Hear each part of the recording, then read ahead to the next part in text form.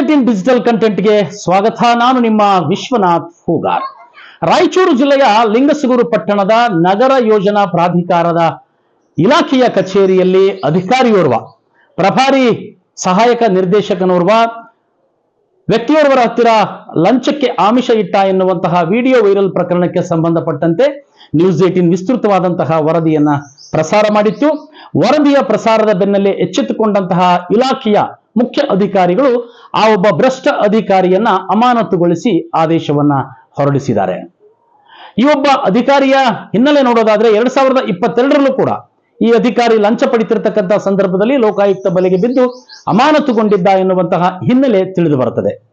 ಆ ಸಂದರ್ಭದಲ್ಲಿ ಈ ಅಧಿಕಾರಿಯ ಲಂಚಬಾಕತನ ಬಯಲಿಗೆ ಬಂದಿದ್ರೂ ಕೂಡ ಅಮಾನತುಗೊಳಿಸಿ ಮತ್ತೆ ಈ ಅಧಿಕಾರಿಯನ್ನ ಯಾದಗಿರಿ ಜಿಲ್ಲೆಗೆ ನಿಯುಕ್ತಿಗೊಳಿಸಿ ಅದೇ ಒಂದು ಟೌನ್ ಪ್ಲಾನಿಂಗ್ ಕಚೇರಿಯಲ್ಲಿ ಸಹಾಯಕ ನಿರ್ದೇಶಕನನ್ನಾಗಿ ಮಾಡಿ ಸರ್ಕಾರ ಆದೇಶ ಹೊರಡಿಸುತ್ತೆ. ಇದರ ಜೊತೆಗೆ ರಾಯಚೂರು ಜಿಲ್ಲೆಯ ಲಿಂಗಸಗೂರು ಪಟ್ಟಣದಲ್ಲಿರ್ತಕ್ಕಂತಹ ನಗರ ಯೋಜನಾ ಪ್ರಾಧಿಕಾರದಲ್ಲೂ ಕೂಡ ಈ ಒಬ್ಬ ಶರಣಪ್ಪ ಮಡಿವಾಳರ್ ಎನ್ನುವಂತಹ ಅಧಿಕಾರಿಯನ್ನ ಪ್ರಭಾರಿಯಾಗಿ ನೇಮಕ ಮಾಡಲಾಗ್ತದೆ. ಈ ಅಧಿಕಾರಿ ಈ ಒಂದು ಕಚೇರಿಗೆ ಬಂದ ನಂತರದಲ್ಲಿ ಸಾಕಷ್ಟು ಜನರಿಂದ ಲಂಚವನ್ನ ಪಡೀತಿದ್ದ ಎನ್ನುವಂತಹ ಆರೋಪಕ್ಕೆ ಸಂಬಂಧಪಟ್ಟಂತೆ ವ್ಯಕ್ತಿಯೋರ್ವ ಆತನ ಬಳಿಗೆ ತನ್ನ ಜಮೀನಿಗೆ ಸಂಬಂಧಪಟ್ಟಂತ ನೀಲನಕ್ಷೆಯನ್ನ ಮಾಡಿಕೊಡಿ ಎನ್ನುವಂತ ವಿಚಾರವನ್ನು ಇಟ್ಟುಕೊಂಡು ಅವರ ಬಳಿ ಹೋಗ್ತಾರೆ. 4 ಎಕರೆ ಜಮೀನಿಗೆ ಇವತ್ತು ನೀಲನಕ್ಷೆಯನ್ನ ಮಾಡಿಕೊಡಿ ಎನ್ನುವಂತ ವಿಚಾರವನ್ನ ಪ್ರಸ್ತಾಪ ಮಾಡಿದಂತ ಸಂದರ್ಭದಲ್ಲಿ ಶರಣಪ್ಪ ಮಡಿವಾಳರ್ 4 ಲಕ್ಷ ರೂಪಾಯಿ, ಎಕರೆಗೆ 1 ಲಕ್ಷ ರೂಪಾಯಿಗೆ 4 ಲಕ್ಷ ರೂಪಾಯಿ ಲಂಚಕ್ಕೆ ಬೇಡಿಕೆ ಇಡ್ತಾನೆ. ಕೊನೆಗೆ ಅಷ್ಟು ಕೊಡೋದಕ್ಕೆ ಆಗೋದಿಲ್ಲ ಎನ್ನುವಂತ ವಿಚಾರವನ್ನ ಆ ವ್ಯಕ್ತಿ ಪ್ರಸ್ತಾಪ ಮಾಡಿದಂತ ಸಂದರ್ಭದಲ್ಲಿ ಕ್ಯಾಲ್ಕುಲೇಟರ್ ಮುಖಾಂತರ ಇವತ್ತು 3,60,000 ರೂಪಾಯಿಗಳನ್ನ ನೀಡಿ ಎನ್ನುವಂತಹ ಒಂದು ವಿಚಾರವನ್ನ ಪ್ರಸ್ತಾಪ ಮಾಡ್ತಾನೆ. ಇದೆಲ್ಲವೂ ಕೂಡ ಆ ವ್ಯಕ್ತಿ ತನ್ನ ಮೊಬೈಲ್ ನಲ್ಲಿ ಇವತ್ತು ಸೆರೆ ಹಿಡಿದು ಅದನ್ನ ವೈರಲ್ ಮಾಡಿರ್ತಕ್ಕಂಥದ್ದು. ಇನ್ನೂ ಒಂದು ಹೆಜ್ಜೆ ಮುಂದೆ ಹೋಗಿ ಈ ಶರಣಪ್ಪ ಮಡಿವಾಳ್ ಈ ಒಂದು ಹಣದಲ್ಲಿ ನಾನು ಮಿನಿಸ್ಟರ್ಗೂ ಕೂಡ ಪಾಲ್ ಕೊಡಬೇಕು, ಈ ಹಿಂದೆ ಮೀಟಿಂಗ್ ಆಗಿ ಆ ಮೀಟಿಂಗ್ ಅಲ್ಲಿ ಮಿನಿಸ್ಟರ್ ನಮಗೆ ಆದೇಶ ಮಾಡಿದ್ದಾರೆ ಎನ್ನುವಂತಹ ವಿಚಾರವನ್ನು ಕೂಡ ಪ್ರಸ್ತಾಪ ಮಾಡ್ತಾರೆ. ಯಾವಾಗ ಈ ವಿಚಾರ ಸಾಮಾಜಿಕ ಜಾಲತಾಣದಲ್ಲಿ ವೈರಲ್ ಆಯ್ತೋ ಸಾಕಷ್ಟು ಇಲಾಖೆಯ ಬಗ್ಗೆ ಒಂದು ಅಪಪ್ರಚಾರ ಜೊತೆಗೆ ಇಲಾಖೆಯ ಒಂದು ಅಧಿಕಾರಿಗಳ ಈ ಒಂದು ನೀತಿಗೆ ಸಾರ್ವಜನಿಕ ವಲಯದಲ್ಲಿ ವ್ಯಾಪಕವಾದಂತಹ ಆಕ್ರೋಶವೂ ಕೂಡ ವ್ಯಕ್ತವಾಗ್ತದೆ.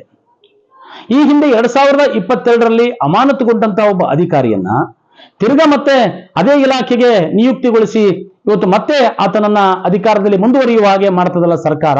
ಈ ಒಂದು ಸರ್ಕಾರದ ನೀತಿಯನ್ನ ಇವತ್ತು ಸಾರ್ವಜನಿಕರು ಪ್ರಶ್ನೆ ಮಾಡ್ತಾ ಇದ್ದಾರೆ.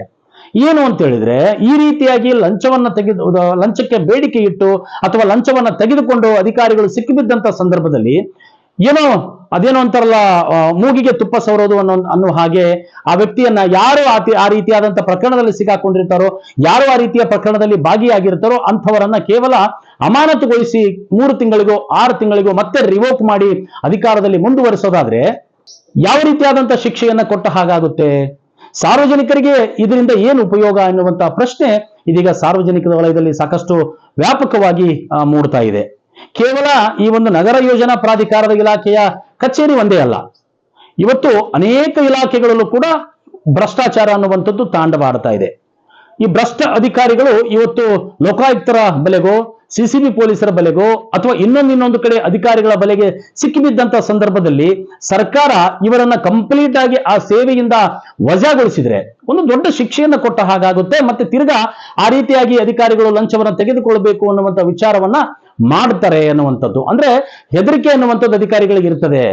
ಎಲ್ಲ ಒಂದು ಕಡೆ ಸರ್ಕಾರದ ಈ ನೀತಿ ನಿಯಮಗಳೇ ಇವತ್ತು ಅಧಿಕಾರಿಗಳನ್ನ ಈ ರೀತಿಯಾದಂತ ದಾರಿಗೆ ಕೊಂಡೊಯ್ತಾ ಇದ್ದಾವೆ ಅನ್ನುವಂತ ಪ್ರಶ್ನೆ ಇದೀಗ ಬಲವಾಗಿ ಕಾಡ್ತಾ ಇದೆ. ಇದು ಎಲ್ಲವೂ ಕೂಡ ಸಾರ್ವಜನಿಕರನ್ನ ಹಿಂಡಿ ಹಿಪ್ಪೆ ಮಾಡ್ತಾ ಇದೆ. ಪ್ರತಿಯೊಂದು ಇಲಾಖೆಯಲ್ಲೂ ಕೂಡ ಇವತ್ತು ಲಂಚವನ್ನ ಕೊಟ್ರೆ ಮಾತ್ರ ಇವತ್ತು ಕೆಲಸಗಳು ಆಗ್ತಾ ಇರತಕ್ಕಂತಹ ಪರಿಸ್ಥಿತಿ ಇವತ್ತು ವ್ಯವಸ್ಥೆಯಲ್ಲಿ ನಿರ್ಮಾಣವಾಗಿದೆ. ಆ ರೀತಿಯಾಗಿ ಲಂಚ ತೆಗೆದುಕೊಳ್ತಕ್ಕಂತಹ ಅಧಿಕಾರಿಗಳು ಈ ರೀತಿ ಸಿಕ್ಕಿಬಿದ್ರು ಕೂಡ ಅವರನ್ನ ಕೇವಲ 3 ತಿಂಗಳು 6 ತಿಂಗಳು ಅಮಾನತುಗೊಳಿಸಿ ತಿರ್ಗಾ ಮತ್ತೆ ಒಂದಷ್ಟು ಹಣವನ್ನ ತೆಗೆದುಕೊಂಡು ಸರ್ಕಾರಗಳು ಮತ್ತೆ ಅಧಿಕಾರದಲ್ಲಿ ಮುಂದುವರಿಸತಕ್ಕಂತಹ ನಿಲುವಿನಿಂದ ಇವತ್ತು ಅಧಿಕಾರಿಗಳಿಗೆ ಭಯವೇ ಇಲ್ಲದಂತಾಗಿದೆ ಎನ್ನುವಂತಹ ವಿಚಾರ ಇದೀಗ ಸಾರ್ವಜನಿಕ ವಲಯದಲ್ಲಿ ಸಾಕಷ್ಟು ವ್ಯಾಪಕವಾದಂತಹ ಚರ್ಚೆಗೆ ಒಳಪಟ್ಟಿದೆ. ಹೀಗಾಗಿ ಈ ಪ್ರತಿಯೊಂದು ಇಲಾಖೆಯಲ್ಲೂ ತಾಂಡವವಾಡ್ತಿರ್ತಕ್ಕಂಥ ಭ್ರಷ್ಟಾಚಾರವನ್ನ ಇಡೀ ರಾಜ್ಯಾದ್ಯಂತ ಕೇವಲ ರಾಯಚೂರು ಒಂದೇ ನಾ ಹೇಳ್ತಾ ಇಲ್ಲ, ಇಡೀ ರಾಜ್ಯದಲ್ಲಿ ಇರ್ತಕ್ಕಂಥ ಅನೇಕ ಇಲಾಖೆಗಳಲ್ಲಿ ಇವತ್ತು ಭ್ರಷ್ಟಾಚಾರ ತಾಂಡವವಾಡ್ತಾ ಇದೆ. ಆ ರೀತಿಯಾಗಿ ಭ್ರಷ್ಟಾಚಾರಿ ಪ್ರಕರಣದಲ್ಲಿ ಭಾಗಿಯಾದಂತಹ ಅಧಿಕಾರಿಗಳನ್ನ ಹೀಗೆ ಕೇವಲ ಅಮಾನತುಗೊಳಿಸಿ ಮೂಗಿಗೆ ತುಪ್ಪ ಸವರ್ತಕ್ಕಂಥ ಕೆಲಸವನ್ನ, ಬೆಣ್ಣೆ ಸವರ್ತಕ್ಕಂಥ ಕೆಲಸವನ್ನ ಮಾಡೋದನ್ನ ಬಿಟ್ಟು ಸರ್ಕಾರ ಇಂತಹ ಅಧಿಕಾರಿಗಳ ವಿರುದ್ಧ ನಿರ್ದಾಕ್ಷಿಣ್ಯವಾಗಿ ಕ್ರಮ ಕೈಗೊಂಡು ಸೇವೆಯಿಂದ ವಜಾಗೊಳಿಸಿದರೆ ಮುಂದೆ ಈ ರೀತಿಯಾಗಿ ಮಾಡೋದಕ್ಕೆ ಹೊರಟಂತ ಅಧಿಕಾರಿಗಳಿಗೆ ಒಂದು ಪಾಠವಾಗ್ತದೆ ಎನ್ನುವಂತ ವಿಚಾರವನ್ನ ಇವತ್ತು ಸಾರ್ವಜನಿಕ ವಲಯದಲ್ಲಿ ಅಭಿಪ್ರಾಯವನ್ನ ಸಾರ್ವಜನಿಕರು ವ್ಯಕ್ತಪಡಿಸ್ತಾ ಇದ್ದಾರೆ. ಇನ್ನು ಮುಂದಾದ್ರೂ ಕೂಡ ಸರ್ಕಾರ ಈ ಬಗ್ಗೆ ಗಂಭೀರವಾಗಿ ಚಿಂತನೆ ನಡೆಸಿ, ಅಕಸ್ಮಾತ್ ಆಗಿ ಇದನ್ನ ಮಾಡೋದಕ್ಕೆ ಕಾನೂನಿನ ವ್ಯಾಪ್ತಿಯಲ್ಲಿ ಬರೋದಿಲ್ಲ ಅಂತ ಹೇಳಿದ್ರೆ ಅದಕ್ಕೆ ತಿದ್ದುಪಡಿ ಆದರೂ ತಂದು ಹೋದ್ರು ಕೂಡ ಇವತ್ತು ಇಂತಹ ಅಧಿಕಾರಿಗಳನ್ನ ಮಟ್ಟ ಹಾಕ್ತಕ್ಕಂಥ ಕೆಲಸವನ್ನ ಸರ್ಕಾರ ಮಾಡಬೇಕಿದೆ. ಆ ಮೂಲಕ ಸಾರ್ವಜನಿಕರ ಪರವಾಗಿ ಸಾರ್ವಜನಿಕರ ಮತವನ್ನ ಪಡೆದು ಸಾರ್ವಜನಿಕರ ತೆರಿಗೆ ಹಣದಲ್ಲಿ ಸಂಬಳವನ್ನ ಪಡೆದು ಇವತ್ತು ಸರ್ಕಾರ ನಡೆಸ್ತಕ್ಕಂಥ ಜನಪ್ರತಿನಿಧಿಗಳಾಗಿರ್ಲಿ ಅಥವಾ ಅಧಿಕಾರಿಗಳಾಗಿರ್ಲಿ ಇವರಿಗೆ ತಕ್ಕ ಪಾಠವನ್ನ ಕಲಿಸಬೇಕಾದ್ರೆ ಈ ರೀತಿಯಾದಂತಹ ಶಾಸನಗಳನ್ನ ತರತಕ್ಕಂಥ ಅವಶ್ಯಕತೆ ಮತ್ತು ಜವಾಬ್ದಾರಿ ಇವತ್ತು ಸರ್ಕಾರದ ಮೇಲಿದೆ ಎನ್ನುವಂತಹ ವಿಚಾರ ಇದೀಗ ವ್ಯಾಪಕವಾಗಿ ಚರ್ಚೆಗೊಳಪಡ್ತಾ ಇದೆ. ಇನ್ನು ಮುಂದಾದ್ರೂ ಕೂಡ ಈ ರೀತಿಯಾದಂತಹ ಅಧಿಕಾರಿಗಳನ್ನ ಮಟ್ಟ ಹಾಕ್ತಕ್ಕಂಥ ಕಾನೂನು ಬರುತ್ತಾ ಅನ್ನುವಂಥದ್ದನ್ನ ಕಾದು ನೋಡಬೇಕಾಗಿದೆ.